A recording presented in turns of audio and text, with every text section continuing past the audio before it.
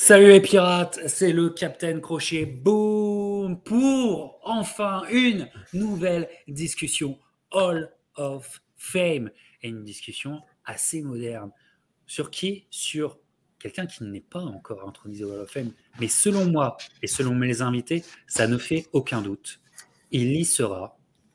C'est bien sûr Showtime, Sean Porter. Et pour parler de Sean Porter, je me devais d'être accompagné, oui, non pas seulement d'Antoine, mais je vais te dire de l'équipe 130 livres, évidemment, parce que les deux sont là. Et voilà, le sociétaire de la piraterie de la boxe, Antoine, est avec moi, évidemment, accompagné de Guillaume, que vous connaissez bien, de l'heure magique, et qui est souvent aussi sur la chaîne. Guillaume, Antoine, l'équipe de 130livres.com que vous lisez toutes les semaines est là pour nous parler de Showtime, Sean Porter. J'essaye de faire mon Jimmy Lennon Junior le mieux que je peux. Je ne suis pas doué, comme vous pouvez le voir. Bon, déjà, les amis, content de vous revoir. Vraiment, quel plaisir. Trop longtemps, trop longtemps. Et voilà, avec une discussion Hall of Fame assez spéciale, puisque voilà, on trahit un petit peu la règle.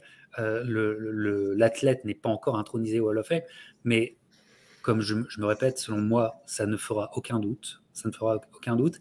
Et puis aussi, ça vient compléter notre mois spécial concernant un combat qu'on attend tellement avec impatience, Spence contre Crawford. Et il faut bien dire que le troisième acteur de ce duel, si on peut dire, l'acteur invisible, si on peut dire, c'est quand même Sean Porter. Et c'est pour ça que c'est quelque part Guillaume qui nous avait mis la puce à l'oreille. Ça avait dit, si vous faites une discussion Sean Porter, j'en suis. Alors là, ça m'a donné grave envie de le faire. Guillaume, Antoine m'ont rejoint pour une discussion Sean Porter. Alors Antoine, selon toi, moi, ça me paraît être une évidence de faire cette discussion. Et pour toi, Antoine? La réponse est oui, c'est une évidence, parce que c'est très compliqué quand on aime la boxe de ne pas aimer Sean Porter. C'est assez marrant d'ailleurs, parce que Sean Porter, je vais le dire maintenant, et puis je le répéterai pendant à peu près toute la vidéo, Sean Porter, c'est laid. C'est pas beau, Sean Porter. C'est pas un plaisir d'esthète. C'est un plaisir d'amateur de boxe. C'est-à-dire que c'est un type intègre qui les a tous pris, tous boxés, avec un enthousiasme, une énergie, la capacité à ne pas balancer un combat, la capacité à être vraiment toujours à bloc, à bloc, à bloc. Alors, on pourra discuter, il y a peut-être des petites nuances, mais en tout cas, on voudrait voir plus de mecs comme ça, à une époque où il y a 8 ceintures par catégorie, à une époque où les mecs s'évitent pendant 10 ans, avant enfin de s'affronter le soir où je ne pourrais pas les voir. Et je pense à Crawford et Spence, ces enfoirés que je ne verrai peut-être pas en direct. Oh, parce que c'est mon premier jour de vacances, parce que c'est super compliqué. Voilà, ils ont choisi la date qui n'allait pas. Voilà. Incroyable. En ce moment, les dates qui ne vont pas, voilà. C'est problématique. Je les déteste pour une raison supplémentaire. Mais donc, Porter, lui, il m'aurait jamais fait un coup pareil, parce que Porter, c'est un boxeur du peuple, c'est un type qui est là pour faire plaisir aux gens. Il n'a jamais refusé un adversaire, on va en reparler, peut-être aussi parce qu'au-delà d'un état d'esprit irréprochable, ça n'a jamais été une superstar, Porter. Ça a toujours été plutôt l'excellent second rôle, le type qui fait briller, le type qui, quand il est là, te donne une indication sur le niveau. Mais ça n'a pas été la face A, le mec qui dicte ses termes à la terre entière. Ça a plutôt été le parachutiste. Ça a plutôt été le mec qui est allé à chaque fois avec sa bique et son couteau dès qu'il en avait l'occasion. Et ça le rend d'autant plus méritoire. Et quand on regarde le CV au bout du bout, le CV, il est très beau. On ne déflore pas. Et donc, quand on aime la boxe, on aime les boxeurs comme Sean Porter. Et quand en plus, ils nous ont donné quelques combats, là encore, je ne déflore pas non plus, mais qui sont d'anthologie. Donc ça veut dire que oui, il aura sa place. Il faudra voir après à la faveur de quelle année, tu vois, quand il sera éligible, entre qui et qui il va se glisser. Parce qu'une fois de plus, ce n'est pas Floyd Mayweather, ce n'est pas Manny Pacquiao, mais il aura sa place à terme au Hall of Fame. Encore une fois, merci Antoine d'être avec nous. Guillaume, même question. Eh ben, même réponse, à peu de choses près. C'est-à-dire que, en fait, effectivement, je suis d'accord avec Antoine. C'est un grand second rôle, Sean Porter. C'est pas une tête d'affiche, c'est pas le rôle principal, c'est pas le héros de la narration. Mais moi, j'ai une passion au cinéma. Moi, j'ai une passion pour les second rôles parce que les grands second rôles, c'est ceux qui permettent au rôle principal de briller, en fait. C'est grâce à eux, en fait, que l'acteur principal devient une star, vraiment, à proprement parler. Et ce que je trouve extraordinaire dans les combats de Sean Porter, justement, c'est qu'il y a cette capacité à rendre meilleurs ses adversaires. C'est parce que quand tu combats Sean Porter, voilà ce que tu vas devoir gérer. Ça va être la tempête, ça va être une pression constante sur 2 rounds qui ne va pas se relâcher pendant un quart de milliseconde. Tu vas devoir conserver ta lucidité, économiser ton souffle en permanence. Tu vas devoir être aux aguets en permanence. Et si tu surpasses cette étape-là, ça veut dire que tu auras été au bout de toi-même et que tu l'auras mérité. Il fait sortir le meilleur de ses adversaires. Et en fait, c'est pour ça aussi que je trouve qu'il mérite sa place au Hall of Fame, même si je suis moins familier de la chose que vous.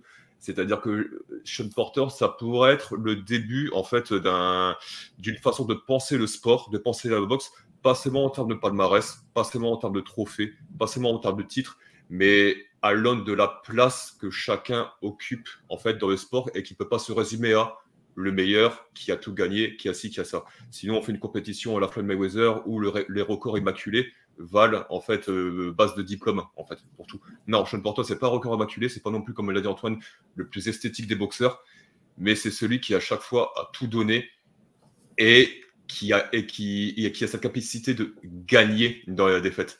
Il y avait un commentateur qui avait dit cette chose très juste, je trouve, dans le combat contre Sébastien Formella, si je ne me trompe pas. Il dit que Sean Porter, c'est le seul boxeur dont les défaites ne sonnent pas comme des défaites. C'est comme s'il avait gagné aussi.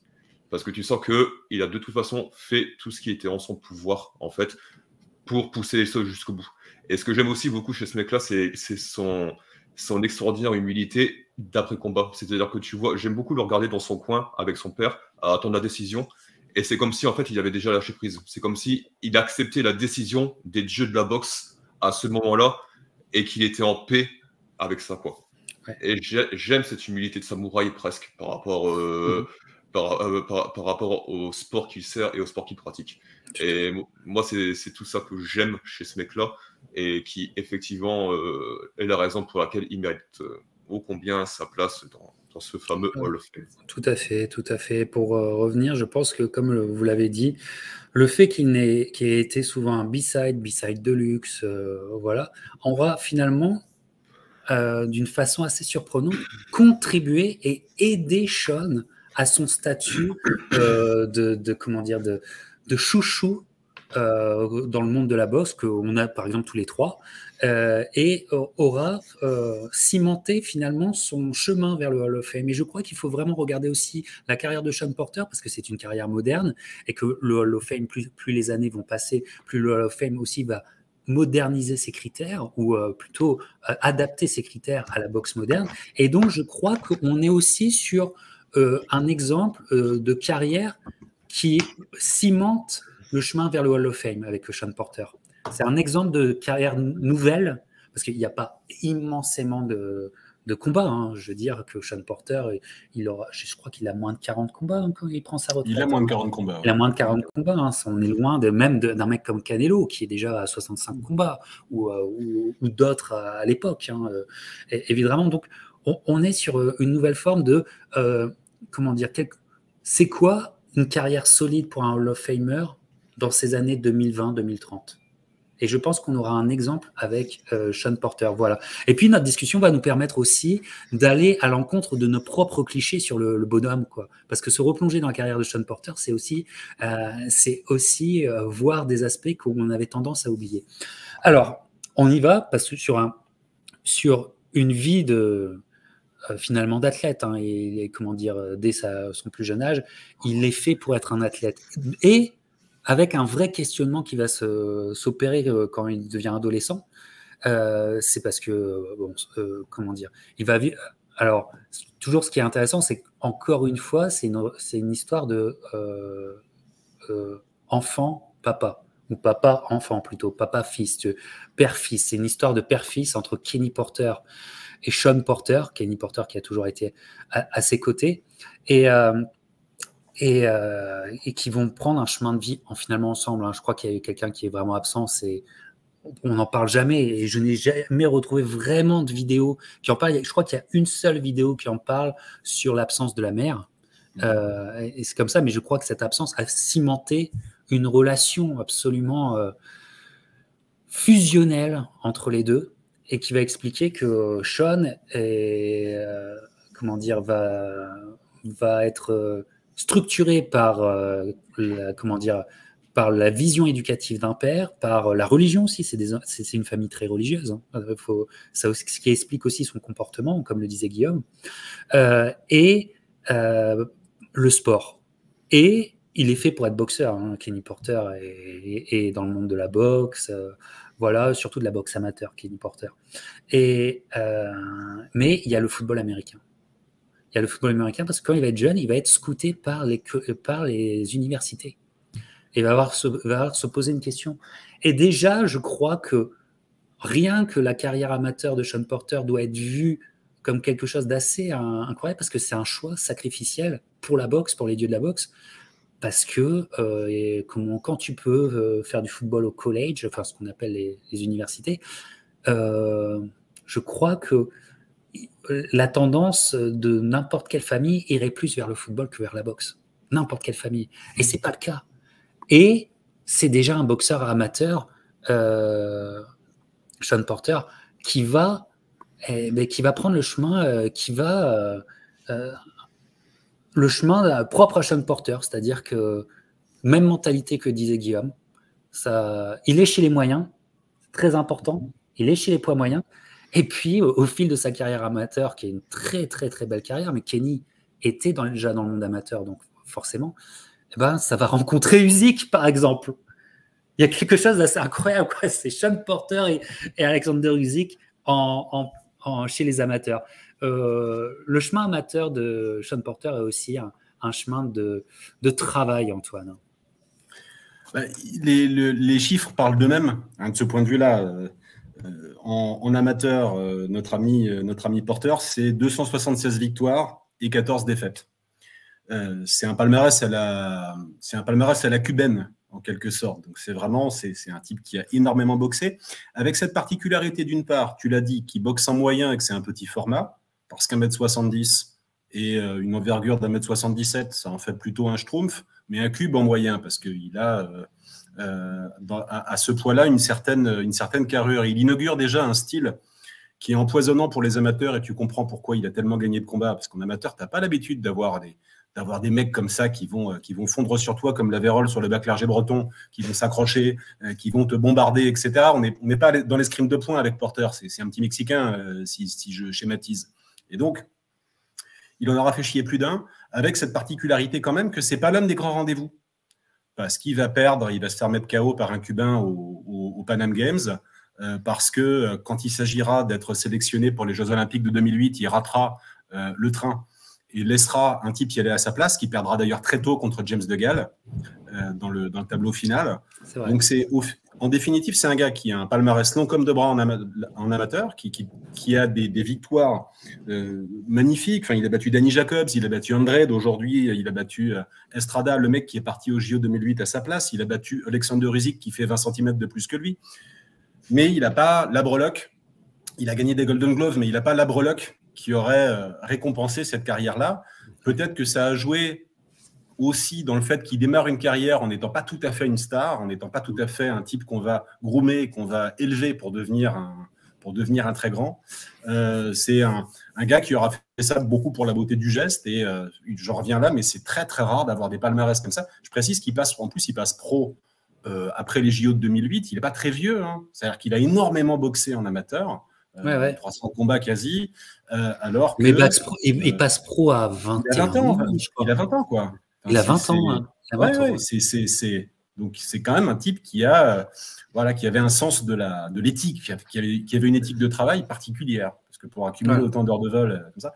Alors après, évidemment, pour l'étonner une fois sur un ring, il fallait se lever tôt, parce qu'il en avait vu. Hein, ça, il a amassé un tel bagage, naturellement.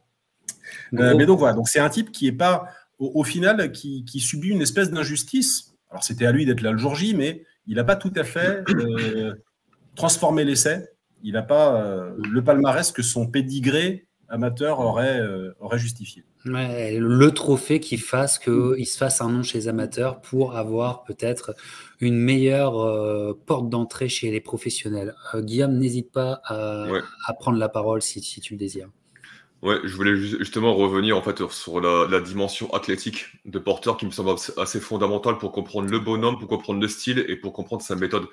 Il avait déclaré à un journaliste un jour que pour lui, il y avait pas un camp d'entraînement, il y avait un pré-camp d'entraînement. Il y avait le camp d'entraînement et il y avait le post-camp d'entraînement. C'est-à-dire que je pense que Porter, à l'aune de ses années dans le football américain, parce qu'il a aussi baigné dans le sport depuis qu'il s'est marché avec son père, c'est quelqu'un qui a su développer en fait une méthode d'entraînement très intensive et aussi très raisonnée, très scientifique pour pouvoir adopter et conserver le rythme qu'il est capable d'afficher sur un ring de manière constante en fait. Je pense que ça c'est fondamental pour comprendre le bonhomme, c'est qu'effectivement je pense que c'est un boxeur qu'on adore, mais je pense qu'aussi c'est avant tout un athlète de très haut niveau, très haut niveau. Et vraiment, tu as tellement raison, Guillaume, que il adore s'entraîner. Je crois même en fin de carrière, mais en début de carrière, c'était sûr, avec l'équipe de track and field. Le track and field, c'est l'athlétisme de l'université du Nevada. Et comment dire, c'est technique, quoi. Et le mec, mais parce qu'il était running back aussi, le plaisir et la qualité des courses, c'est quand même quelque chose. Moi, il y a un truc que j'aime bien faire en fait, c'est sur les boxeurs que j'aime bien, c'est regarder leur training montage sur YouTube. Comme ça, tu peux piocher un exercice à gauche, à droite, comme ça. Mais Sean Porter, c'est vraiment impressionnant parce qu'il a un panel d'exercices qui est extrêmement varié et on sent que tout a été minutieusement pesé dans la balance pour travailler tel ou tel muscle, telle ou telle spécificité musculaire pour justement l'aider à peaufiner son style et l'aider surtout à tenir le rythme. Parce que le gars, quand même, il a peut-être certes moins de 40 combats, mais il a tenu jusqu'à 35 ans avec un truc qui aurait traumatisé le corps, je pense, de n'importe quel boxeur. Et le fait qu'il s'en est sorti et qu'il ait réussi à afficher une constance pendant tout ce temps, je crois que ça veut dire aussi que le gars, il a un protocole qui doit être vraiment scientifique, bac plus. Mais oui, et d'ailleurs, c'est tellement fort ce que tu dis, parce que il a sa propre salle d'entraînement à Las Vegas, une petite salle qui s'appelle le Porter High Performance, et avec Kenny. Et vous pouvez retrouver des images quand ils construisent la salle, etc., où ils ont mis des caméras sur le ring. Ouais. Et Kenny veut que la posture de Sean soit absolument parfaite. Donc, il retravaille le millimètre qui lui manque sur le bras avant, etc. Et c'est vraiment hyper intéressant. Et c'est leur mentalité. Et effectivement, tu as tout à fait raison. Et ils vont s'inscrire. Et de toute façon, non pas le diable est dans le détail, mais le Sean Porter est dans le détail, il faudrait dire, parce que quand ils démarrent leur carrière, il y a déjà cette réflexion que si on va aller chez les pros, on ne va pas chez les pros, chez les moyens. On va chez les Walter. Et c'est un vrai changement, ça. Ça, c'est un vrai changement. Et d'une part, c'est un changement extrêmement intelligent parce qu'il ne perd rien en vélocité, il ne perd rien en puissance, il ne perd rien de ce qui fait sa force, vraiment. Et c'est un début de carrière, finalement, où il va être, il va être toujours dans les deux belles cartes, mais en début de carte, parce que je pense que l'équipe Alemon et la famille Watson se demandent comment vraiment travailler ce garçon. Et donc, finalement, moi, la grande entrée de Porter dans le monde professionnel, c'est ça. Et ça, c'est un match nul, en fait. Oups. Alors que il est quelle heure? Il est 20h du côté de Arras, c'est ça, Guillaume? Ouais, c'est ça, c'est les cloches qui sonnent. Désolé, c'est pas ma faute. Je te coupe le micro tant que... Hop, voilà. Et Antoine, finalement, Showtime se révèle au grand public dans un duel qu'on oublie. Il y a un vrai duel entre Julio Diaz et Sean Porter, avec un premier combat qui va finir, comme vous le voyez, en match nul, tu vois, avec déjà le visage de Sean Porter, tu sais, qui fait j'ai arraché le match nul. Mais très beau combat. Un combat que j'aime énormément. Pourquoi ? Parce que les deux m'apparaissent comme des boxeurs plus qu'honnêtes et qui peuvent pas faire des choses ultra extraordinaires. On n'est pas sur des trucs dingos, quoi, tu vois. Mais c'est ça la boxe. Et avec Sean Porter qui fait le boxeur, qui bouge très bien et qui cherche l'accuracy.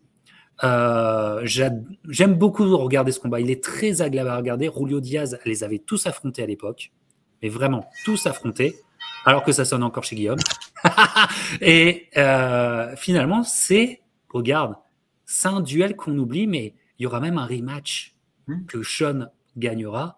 Mais dis-moi, Antoine, qu'est-ce que tu penses de ce premier grand duel qui montre déjà un peu tout de Sean Porter? Effectivement, les images du jeune Porter sont assez marquantes, c'est-à-dire qu'on voit une mobilité, une tonicité sur les appuis qui est extrêmement importante. Et on connaît beaucoup Porter pour ses mouvements axiaux, le fait d'avancer sur l'adversaire, se retirer. On le voit beaucoup aussi bouger sur les côtés dans ce combat-là. On remarque qu'il est très très tonique, qu'il est très très rapide. Athlétiquement, il est très au-dessus de Diaz. En fait, on voit l'athlète dans ce combat-là. Après, il n'est pas encore complètement dégrossi. Il cherche l'accuracy, tu l'as dit, mais il ne la trouve pas tout le temps. Ouais. Il donne beaucoup de coups puissants dans le vide dans ce combat-là. Et il a affaire à un adversaire, tu l'as dit, qui est, Diaz, il ne descend pas des moyens. Lui, il vient des légers. C'est un type qui a combattu l'essentiel de sa carrière en affrontant. Il a perdu contre Castillo, il a perdu contre Juan Diaz, il a perdu contre Kendall Holt. Mais il a un bagage, c'est un ancien champion du monde, il a un bagage, une expérience. Il n'a pas peur. En gros, il a quelques défaites au compteur, il est un peu vieux et ce combat-là, il est plutôt monté pour faire progresser Porter que pour donner une chance à Diaz. L'ordre normal des choses, c'est que Porter l'emporte. Mais il va être empoisonné. Il va être empoisonné par un type qui va arriver en brûlant un peu moins d'énergie au début, en laissant un peu Porter faire ce qu'il veut au début et en s'adaptant progressivement. Il va là lui faire un peu à l'expérience. Et Porter, au début, est dans son style, il trouve son groove, il est à l'aise. Et puis, petit à petit, mi-combat, il prend des coups au corps. Son adversaire l'empoisonne, il repère les défauts, il le fait rater des coups. Et petit à petit, il le dérègle. Ça donne un match nul assez mérité. Tu comprends que, alors évidemment, fast forward, les juges auront pas mal d'influence sur la carrière de Sean Porter, mais tu comprends qu'on ne lui fera pas forcément de cadeaux tout le temps à Porter, qu'il veut devoir les mériter, ses victoires, et gagner nettement s'il veut être sûr d'avoir les cartes. Et donc, ouais, c'est un bon petit combat, effectivement. Alors, ce n'est pas celui sur lequel on dira que les Pirates doivent se ruer s'il faut en garder 3 dans le carrière de Porter, mais il est pas mal du tout. Voilà. Non, très agréable. C'est un combat très, très agréable, très lisible, très agréable, etc. Où, effectivement, comme tu le dis, Porter n'est pas encore dégrossi. Et aussi, je pense, je ne sais pas ce que vous en pensez, Guillaume et Antoine, aussi, l'histoire, ce que j'adore dans cette carrière, c'est parce qu'en fait, il n'y a pas une histoire, mais il y a plusieurs histoires. Il y a aussi l'histoire de son père. Parce que je trouve que Kenny Porter, au fur et à mesure de la carrière de Porter, va prendre de plus en plus d'assurance en lui-même en tant que coach. Parce que souvent, Kenny Porter, et c'est ça aussi l'humilité, il se fait accompagner de coachs de boxe qui l'apprécient pour donner un peu plus d'éventail à son fils et non pas garder son fils pour lui-même. Donc là, il est, par exemple, sur les combats contre Diaz, il est accompagné de l'entraîneur de Philadelphie, et j'ai oublié son nom, qui est derrière Gillian Williams, qui dernièrement était dans le coin de Caleb Plant, très très bon coach. Vous allez voir des coachs comme ça qui vont venir aussi au sein de la team de temps en temps, apporter un petit peu plus. Voilà. Mais il n'est pas encore dégrossi, hein, Guillaume, contre Diaz. Et finalement, tu m'arrêtes, hein, Guillaume, si tu veux rebondir. Mais finalement, pour moi, après ce duel Diaz très appréciable quand tu aimes la boxe, va arriver le Sean Porter qui a pris un peu plus confiance et qui sait qu'il va falloir faire d'autant plus d'efforts. Et ça va arriver pour sa prise de titre, du titre IBF, contre Devon Alexander. Et Devon Alexander, on oublie trop souvent que Devon Alexander a été un super boxeur dans ces années-là, avant qu'il dérive, qu'il ait des problèmes d'addiction et tout ça. Enfin bref. Voilà, mais à un moment, quand il était à son prime, Devon Alexander, c'était un très très beau boxeur, un gaucher très difficile à boxer. Et arrive ce combat pour la prise de titre IBF où, un petit peu toutes les hésitations qu'il avait contre Diaz, là, il les a plus, je trouve, Antoine. Il les a plus, Sean Porter. Et là, des appuis, des mouvements de balancier excellents, et c'est agressif. Et Sean trouve d'autant plus son style, c'est-à-dire que son agression désarçonne, déstabilise ses adversaires. Et là, c'est criant de vérité. Sean Porter empêche Devin Alexander d'être bien dans sa boxe. Et c'est match gagné. Moi, je trouve que c'est match gagné. En empêchant Devin Alexander de développer quoi que ce soit et d'être bien dans sa boxe, de développer, d'exprimer sa boxe, Sean Porter fait, je trouve, à la stratégie qu'il faut en ayant réfléchi sur son adversaire. Combat âpre, et les combats de Sean Porter vont devenir tous âpres. Combat âpre, Devin Alexander est quand même là, faites attention, il est là, mais je pense que Sean mène le combat et mérite la victoire et mérite de prendre ce titre IBF. Antoine.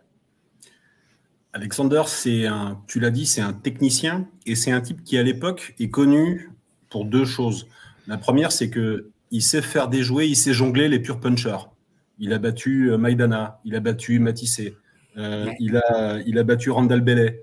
C'est un type qui n'a aucun problème à jongler un puncher parce qu'il a vraiment l'arsenal pour dérouter. Il impose sa distance, il impose son jab. C'est un très bon styliste. En plus, il est gaucher, donc il est empoisonnant. Des check hooks de superbe. Ouais. En revanche, sa kryptonite, c'est les boxeurs hyper athlétiques. Il y a eu un duel d'invaincus qu'il a perdu contre un certain Tim Bradley, qui lui a imposé une certaine explosivité, une certaine tonicité, une activité inlassable, etc. Et ça, c'est sa kryptonite à lui. Et évidemment, après, il tire Porter. Et il tire un Porter qui a appris de son relatif insuccès contre Julio Diaz, qui a gagné la revanche contre Diaz, qui a mûri en tant que combattant, et qui va lui imposer une pression infernale. Beaucoup tête en avant, d'ailleurs, droitier-gaucher, c'est un peu compliqué, ça peut donner des scènes un petit peu laides dans le combat. Je ne sais plus d'ailleurs si Alexander saigne sur un coup ou si c'est des chocs de tête, mais enfin bon, ce qui est sûr, c'est que Porter, il impose, même contre un boxeur comme Alexander, qui est techniquement très réglé, très au point, il impose des facultés athlétiques, une tonicité qu'on n'a vraiment pas l'habitude d'affronter. Et Alexander, c'est très clair, tu comprends quand tu vois ce combat, ce qui va compter contre Porter plus tard si tu veux avoir une chance de le battre, c'est-à-dire à un moment donné de lui imposer un peu de respect. Et Alexander, il n'a pas le punch pour imposer ce respect-là à Porter, il ne l'a pas. Donc il est baisé. Il est baisé, alors il va se défendre assez bravement, il va faire un combat honorable, mais de toute façon, il a perdu. Sur le papier, ce n'est pas possible. Quand tu n'as pas un tout petit peu plus de punch que lui, tu n'y arriveras pas. Et donc Porter, finalement, déroule une boxe très athlétique, agressive, de près. Il passe souvent sous le jab. Il se baisse. C'est pas quelqu'un qui garde les mains hautes, Porter, mais c'est quelqu'un qui baisse beaucoup la tête pour éviter les coups et ça marche. Alors après, malgré tout quand même, parce qu'Alexander est un très bon boxeur, il arrive à contrer Porter un certain nombre de fois et commence, et on va progressivement dans la vidéo voir ça, le moment où tu te dis un jour le capital menton de Porter va être entamé. Parce qu'effectivement, quand Alexander touche Porter, il le touche nettement, clairement, et Porter s'en fout, parce qu'en plus d'avoir des facultés athlétiques assez exceptionnelles, il a aussi un menton en titane. Donc, à cette époque-là de sa carrière, ça ne se sent pas véritablement, à plus forte raison quand Alexander n'a pas la puissance requise pour le faire réfléchir. Et c'est vrai que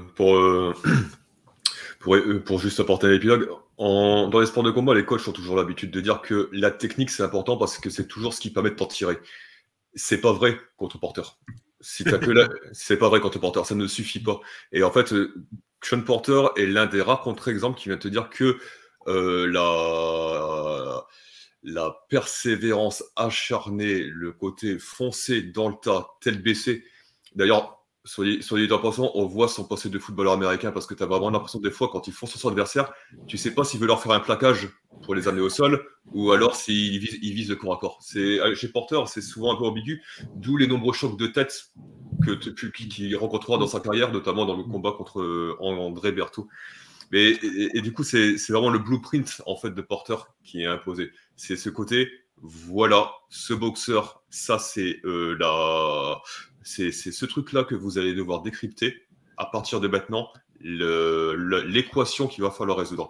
Et déjà, cette équation-là, la technique n'est pas ce qui va vous permettre de vous en tirer contre cette espèce de diable de Tasmanie qui va venir sur vous agresser en constance pendant 12 rounds. Alors, il prend une ceinture. Il prend la ceinture, la IBF. C'est important. Voilà. Il est enfin champion du monde. Enfin, il est enfin champion du monde. Il n'a qu'une grosse vingtaine de combats, mais il est champion du monde. L'autre truc, tu le vois, on voit bien sur ta photo, Captain, ce qui est génial avec Porter aussi, c'est que Porter, c'est un boxeur qui vit ses combats et qui a des mimiques. Il est assez fascinant de ce point de vue-là, parce que tu le vois, il est aussi intense dans ses expressions faciales que dans son style. C'est aussi ça, Showtime. C'est aussi son visage, son faciès reflète son investissement total dans ses combats. Dernier point important, il y a un truc qui dérange pas beaucoup Porter, c'est les gauchers. Parce qu'en définitive, le jab de gaucher d'Alexander n'a pas très bien marché contre lui. Enfin, pardon, oui, le jab de gaucher n'a pas bien marché. Il a su imposer son jab à lui, qui partait de plus bas, mais il a su imposer son jab du gauche contre le jab du droit. Et on verra plus tard que contre les gauchers, voilà. Porter, le simple fait d'être gaucher ne suffit pas non plus contre lui. Exactement. Mais vraiment, et me replonger aussi dans sa carrière me fait voir aussi que il est quand même assez fort pour montrer quelque chose qui est hyper valeureux en termes de, enfin, qui est hyper important en termes de symbolique et dans la transmission de notre amour de la boxe, c'est que avec Sean Porter, et c'est pour ça que sa prise de titre est assez symbolique, c'est vraiment le triomphe de la volonté. Parce que c'est écrit sur son visage ou sa façon d'être, c'est vraiment de la volonté en action. Et c'est pour ça qu'il est très important de valoriser des boxeurs comme Sean Porter, parce que tu sais, on a des expressions mais qui veulent presque rien dire. C'est allez, faut y aller, on y va maintenant. Allez, tu sais, on y va. Tu sais, même dans le football, etc. On a toujours ces expressions-là. Mais avec Sean Porter, comment dire, ça se concrétise, ça prend vie. Et on peut matériellement voir une volonté en action. Ça, je trouve ça très fort. Et ça reste une boxe assez posée, puisque finalement, on reprochera souvent à Porter d'être à la limite du dirty, mais justement, il dépasse jamais cette limite. Et aussi, c'est une volonté, mais sans haine. C'est une volonté sans haine, ce qui est très très fort chez la famille Porter. Il y a zéro haine, tu vois, mais il y a une envie. Il y a une envie d'y aller qui est presque, comment dire, je veux dire, qu'est-ce que ça a dû être dur pour les adversaires de Porter de rester en face de Porter, parce que en même temps que tu es en face de lui, en même temps que tu souffres, tu peux pas le haïr. Tu sais, il y a pas ce ressort-là de je veux t'en mettre plein la gueule. Il n'y a pas ce ressort-là. Parce que c'est un mec qui est au-dessus de ça, complètement souriant, et c'est très déstabilisant finalement, parce qu'on n'est pas dans des histoires de cas sociaux, quoi. Tu vois, on est sur autre chose. Moi, je trouve que c'est super. Et dans ces années-là, où comment dire, il était sous Golden Boy Promotion, mais en fait, il était déjà avec Alemon. Enfin, c'est Alemon qui menait la danse déjà. En fait, dans son cheptel, Alemon, Sean Porter, je pense même pas qu'il aurait cru qu'il pouvait le monter à un title holder. Et en fait, il va être hyper important pour la catégorie Walter pour les années qui vont suivre. Voilà, j'ai beaucoup parlé, mais on va déjà passer à l'année 2014, les amis. Parce que autant il prend le titre, mais il va le perdre. Et ce qui va faire qu'un boxeur d'Angleterre va avoir un titre supplémentaire, voilà, c'est le fameux combat Kell Brook contre Sean Porter, qui se passe en plein air, dans un stade qui finalement un stade qui ne va pas réussir à Sean Porter. On y reviendra sur ce stade-là, mais qui a changé de nom, donc je ne sais plus son nom maintenant, ce qui est un stade aussi de tennis, je crois, du côté de Los Angeles. Et Kell Brook qui va aux États-Unis pour défier Sean Porter sur Showtime. contre Showtime. Mais combat, alors là, c'est un combat qui va finalement être un crève-cœur pour, je trouve, tous les amateurs de Sean Porter. Pourquoi? Parce que le cliché Sean Porter, combat âpre, abrupt, pas plaisant à regarder, je trouve qu'il est présent dans ce combat. Kell Brook arrive à avoir certains contres, même si lui aussi est désarçonné par la volonté de Sean Porter. Et au final, Kell Brook aura la décision, mais c'est une décision qui, honnêtement, prouve encore une fois que Sean Porter, il n'a pas les juges avec lui. Il n'a pas les juges avec lui. Alors, qui veut rebondir, peut-être Guillaume, pour changer? Oui, non, mais c'est vrai que ça inaugure en fait un grand classique chez Sean Porter, c'est les décisions litigieuses. C'est-à-dire que chez lui, effectivement, c'est pas la première fois, il perd par décision, ça sera pas la première fois qu'il perdra par décision. Et quasi systématiquement, tu te dis que les dieux n'étaient pas avec lui et qu'il aurait bien mérité ça, il aurait bien mérité justement d'emporter la décision.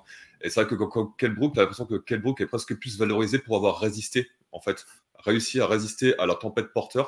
Je trouve qu'il fait pas trop mal pareil son jab en fait dans ce combat-là.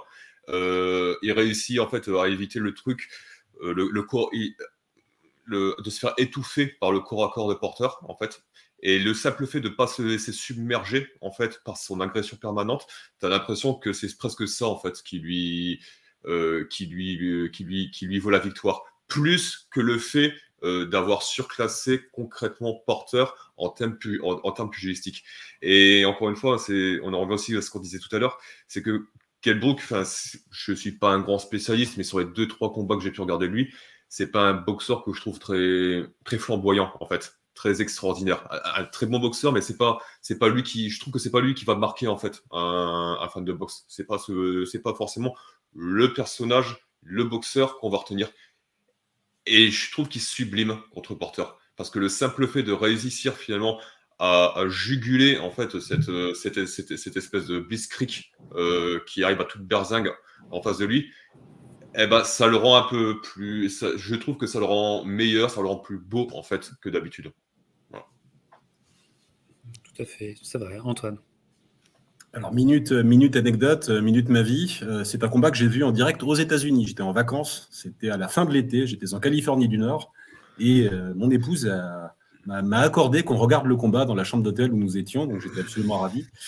Et c'est vrai qu'il y a une attente quand même vis-à-vis de Porter, parce que c'est un peu un épouvantail. C'est un épouvantail parce qu'après avoir remporté la ceinture de façon convaincante contre Alexander, il a aplati Malignaggi comme une crêpe. Il a fait à Malignaggi ce que personne d'autre lui avait fait, c'est-à-dire le virer en 4 rounds, merci, au revoir, contre un type qui avait déjà affronté des tueurs. C'était très impressionnant. Et c'est vrai qu'il a, à ce moment-là, il commence à avoir une espèce d'aura. Et l'anglais n'est pas connu comme étant un super produit d'exportation en boxe. Les Américains ont tendance à se moquer d'eux à cause de ça. Et donc, Brook, il n'est pas venu pour gagner, quoi. Enfin, il n'est pas venu pour gagner. Lui, il croit dur comme fer, mais pas forcément les observateurs. Et Brook, il a un truc dans ce combat. Il est assez costaud physiquement. Je pense que ça explique aussi le fait qu'il soit venu tirer Porter aux États-Unis. Il avait confiance en sa force physique. Effectivement, il ne se laisse pas submerger, ça compte.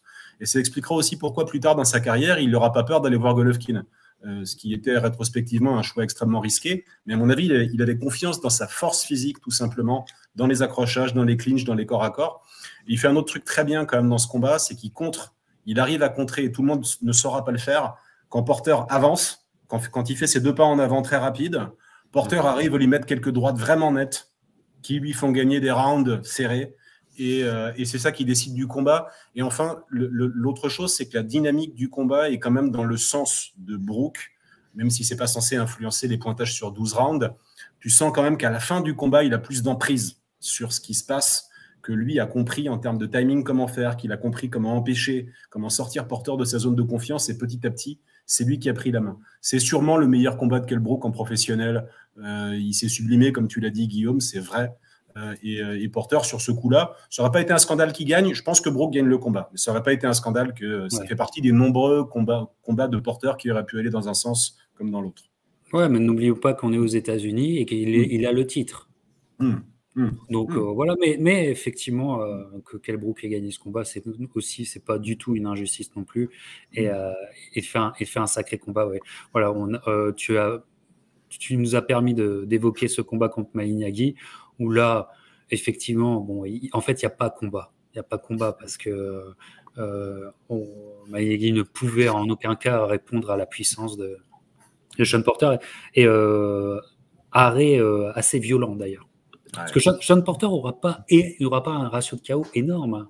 N'oubliez pas, hein, c'est un bagarreur, c'est un stratège, c'est un bagarreur technique, j'ai envie de l'appeler, Sean Porter, mais il n'y a pas un ratio KO de fou hein, non plus. Voilà. Parce qu'il n'a pas affronté beaucoup de mauvais. Hein. C'est aussi pour ça. Exactement, c'est vrai. Et donc, il perd son titre, mais quand même, sa réputation, en tout cas, dans l'élite est faite concernant Sean Porter.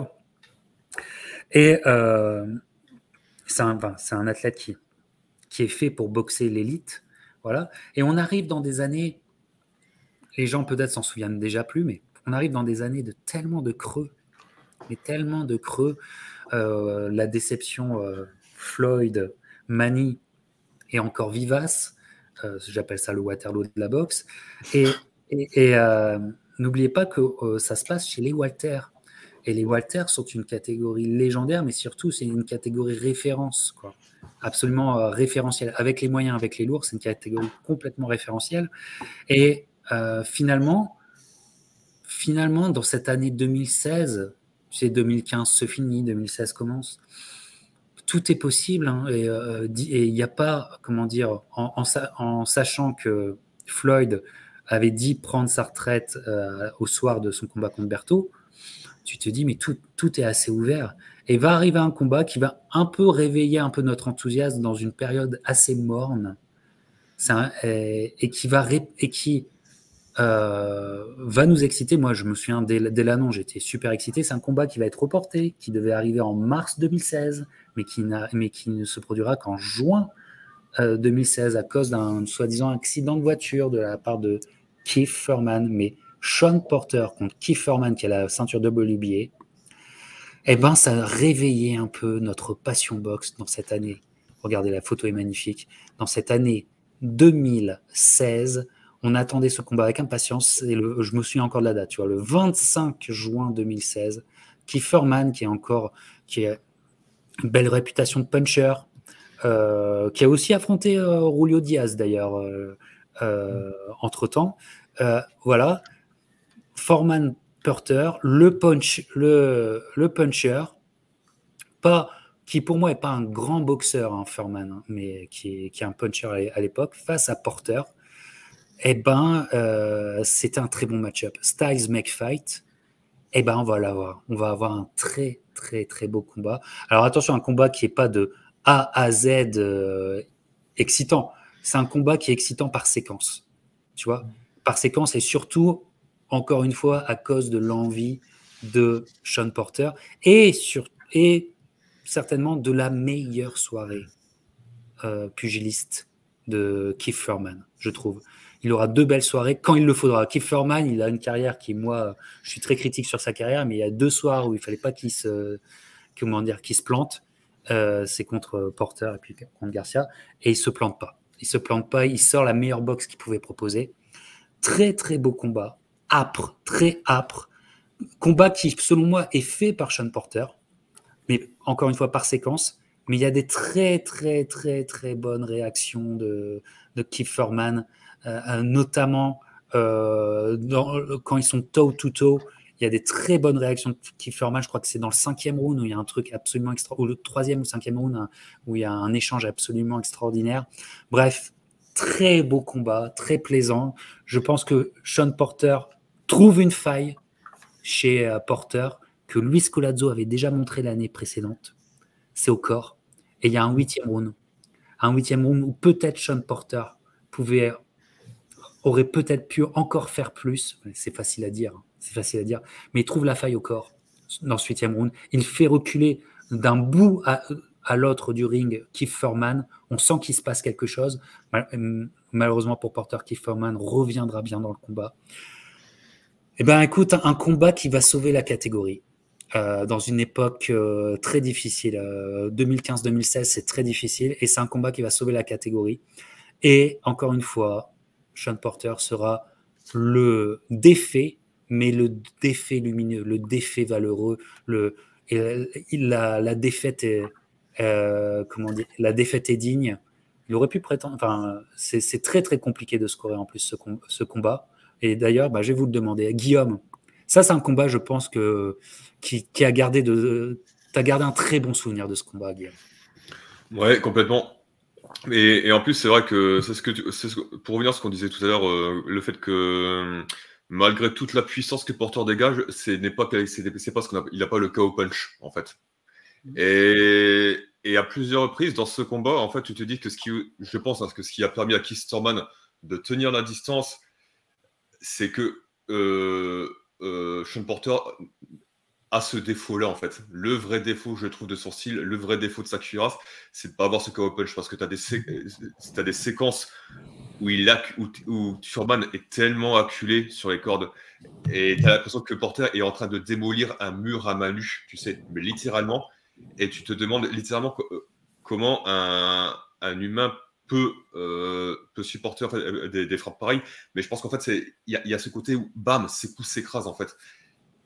Et le fait que tu disais, comme tu disais quand même, que Porter, ce soit une volonté qui avance, quoi qu'il en coûte, peu importe le mec en face de lui, mais du coup, peut-être que cette volonté est la limite de son style, en fait. Parce que du coup, il y a peut-être cette accuracy, comme tu dis, qui lui a peut-être fait défaut sur ce combat-là et sur d'autres, pour vraiment venir terminer les débats une fois pour toutes en sa faveur.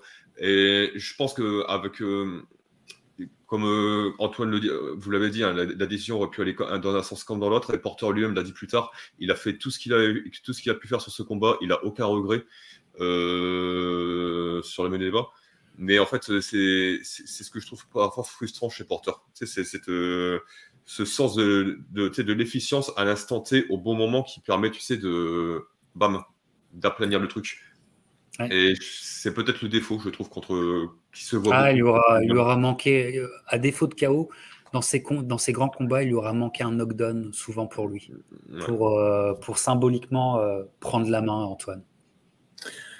Oui, c'est un combat qui a réveillé la boxe, comme tu l'as dit, Captain, à un moment où on n'attendait pas forcément grand-chose de cette catégorie et du sport en général.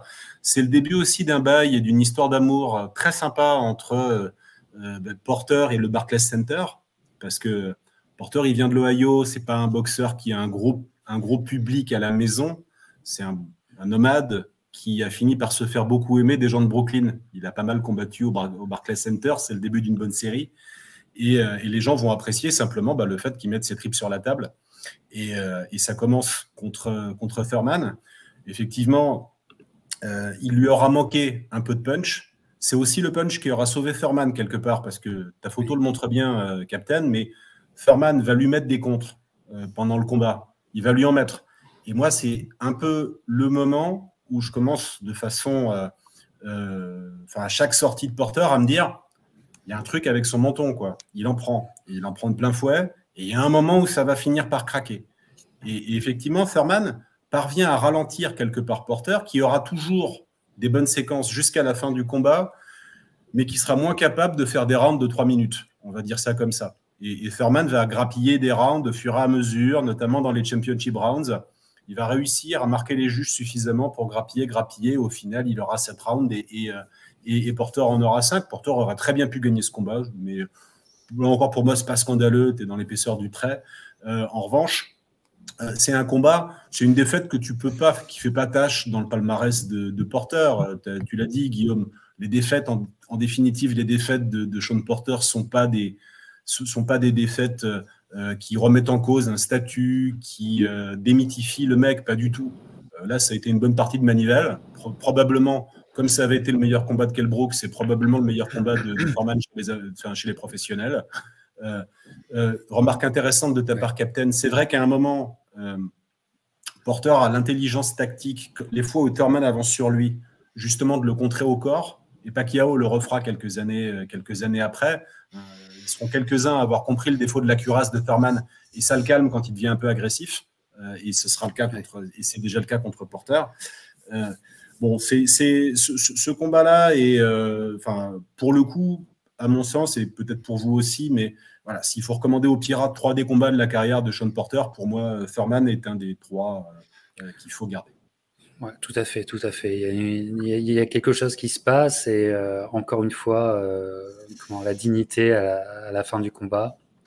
Ce qui est très très plaisant parce que Porter a son podcast, c'est assez génial. Il a toutes ses capacités, toute sa lucidité. Mec très agréable à écouter, Sean Porter. Vraiment, c'est le gars, tu as envie d'être pote avec. Il y a Kieferman qui est revenu dans son podcast pour reparler de ce combat. Et ils en reparlent, mais ils en reparlent vraiment.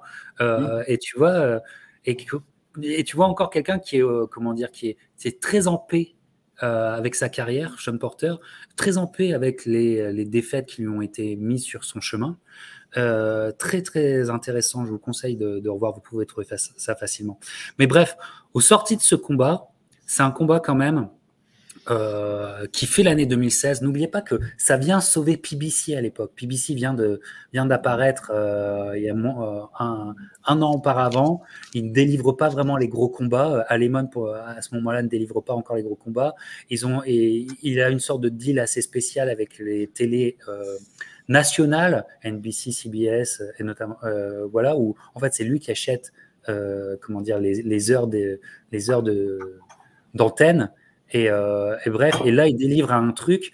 Et un samedi soir, personne ne regarde la télé aux États-Unis. Un samedi soir, ils vont faire presque un pic de 2 millions de personnes.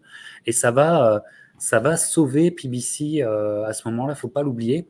Et Sean Porter, vraiment, là, il est respecté de tous. Et arrive dans la carrière de Sean Porter, une carrière où je pense qu'il va non pas être picky, mais il va intelligemment choisir ses combats.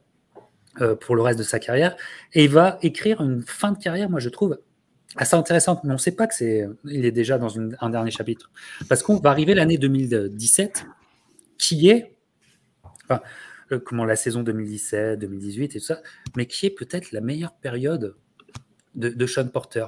L'année 2017, il y a 2 combats que je vous recommande. Et un combat que je vous recommande, c'est contre Granados. Granados, à l'époque, est un boxeur un peu au profil de Sean Porter, c'est-à-dire B-side, qui est là pour donner des bons combats à des stars. Il avait fait un super combat contre Adrian Broner. Et Sean Porter, Granados, je vous le conseille. Vraiment, c'est un superbe combat à la volonté.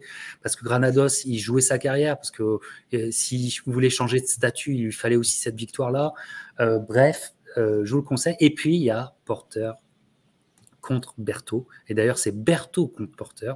Berto s'était remis en selle après sa défaite contre Mayweather dans un rematch avec Victor Ortiz, facilement gagné. Et contre Sean Porter, encore au Barclays Center, mon cher Antoine. Porter, il va lui apprendre ce que c'est que l'agressivité en boxe.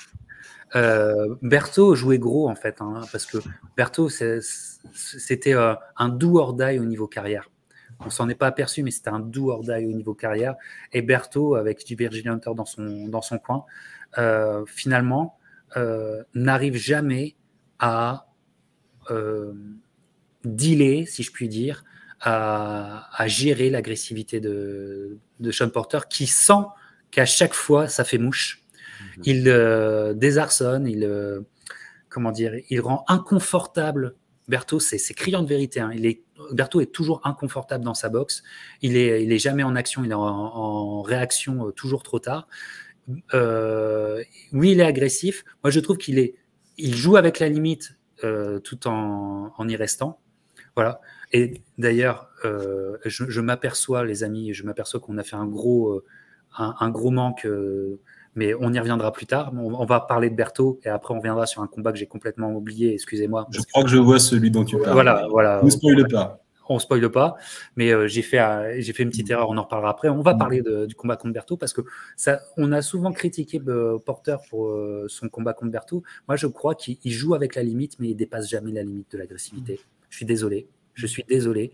Et ça rend Berto inconfortable. Et Berto qui avait ce côté non pas poseur, mais ce côté, en fait, je me pose, je lance mon combo, je high reset. Tu sais, je pose, je lance mon combo, high reset, ça, il peut pas le faire. Il peut pas resetter à chaque fois, il peut pas. Et Porter l'empêche. Et pour moi, stratégiquement, c'est une grande victoire de Sean Porter, stratégiquement. Antoine. C'est une grande victoire, et puis il faut bien se dire, si je dis pas de bêtises, chronologiquement, c'est un combat qui vient avant Granados. Et donc Porter sort de sa défaite contre Thurman, il doit se remettre en selle. Et il est en mission ce soir-là. Il est en mission, tout simplement. Et Berto, il n'imagine pas ce qui va lui arriver, ce qui va lui tomber dessus. En effet, tu l'as dit, stylistiquement, c'est pas terrible, mais il y a aussi un état de motivation de Porter qui est assez impressionnant.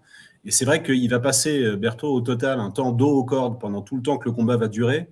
Il va passer beaucoup de temps dos aux cordes, à se faire pilonner, à prendre des coups, bombarder de coups au corps à la face. Dès le deuxième round, il encaisse une séquence très, très dure dos aux cordes. Et le résultat, c'est que le round finit sur un échange à mi-distance au centre du ring. Berto n'a pas toute sa lucidité. Il prend un crochet gauche, puis un crochet droit qu'il cueille et qu'il envoie au tapis dès le deuxième round. Et là, la Messédie de Berto... finalement, va survivre encore jusqu'au 9e round. Il aura un ou deux moments, il aura une petite embellie au round 7. Mais quelque part, il passera dans la lessiveuse à peu près à chaque round, dos aux cordes, pilonné. C'est un combat où tu as mal pour lui. Berto n'est jamais un combattant que j'ai adoré. Hein. Il ne m'était pas spécialement sympathique, mais tu vois le combat, tu as quand même mal pour lui. Parce que Porter est là, pas forcément pour lui faire du mal, mais il est là pour prouver quelque chose. Il est là pour dire, attendez, ok, bon, j'ai perdu contre Thurman, certes, mais je reste le gratin de la catégorie, je reste légitime, je reste méritant. Et donc, c'est Berto qui a pris pour les autres. Et il a bien pris pour le coup. Il a très bien pris. Et le Barclays Center, une fois de plus, voilà, ce sera le cas contre Granados. C'est au Barclays tous les deux. Ne peut qu'aimer ce qu'il aura vu. Pour la petite histoire, il va 2 fois au tapis, Berto, dans le 9e round. Et l'arbitre décide d'arrêter. Il a bien fait. Ça a été un accélérateur de fin de carrière assez terrible pour l'Haïtien. Cela dit, c'est un combat sympa, mais s'il fallait en choisir un sur les deux à regarder, les Pirates, Granados, c'est plus serré. Et puis contre Granados, il y a un côté... De temps en temps, Granados est tellement résilient que de temps en temps, c'est lui qui va après Porter. En fait. Ah non, il est génial ce combat. Moi, j'adore Granados. C'était un dog, Granados. C'était pas un cadeau, c'était pas un non ronflant, mais c'était un vrai dog. Et le combat est beaucoup plus intéressant parce que beaucoup plus équilibré. Mais ça aura tué aussi sa carrière à Granados. Il tuera, cette année-là, il tue la carrière de Berto et de Granados. Guillaume, sur l'année 2017, Berto et Granados, très belle année de Sean Porter. Complètement. Je vais revenir vite fait sur le combat contre Berto. C'est ce qu'on disait tout à l'heure, que Sean Porter avait tendance à sublimer ses adversaires quand ils arrivaient en fait à faire face à la tempête. À l'inverse, il peut aussi complètement les enfoncer quand ceux-ci n'y arrivent pas ou ne veulent même pas essayer. Et c'est le cas contre Berto. On a l'impression qu'en fait, moi j'ai l'impression que Berto n'était pas d'accord. Il n'était pas d'accord que Porter boxe comme ça. Et tu as l'impression qu'il passait plus de temps à le manifester à l'arbitre qu'à essayer de trouver la clé pour s'adapter. Ouais. Comme un crime de lèse-majesté. Mais c'est ça la boxe aussi. Oui, tout à fait. C'est ça, ouais. Et effectivement, alors c'est vrai que Captain, tu as raison, on est souvent à la limite du dirty boxing.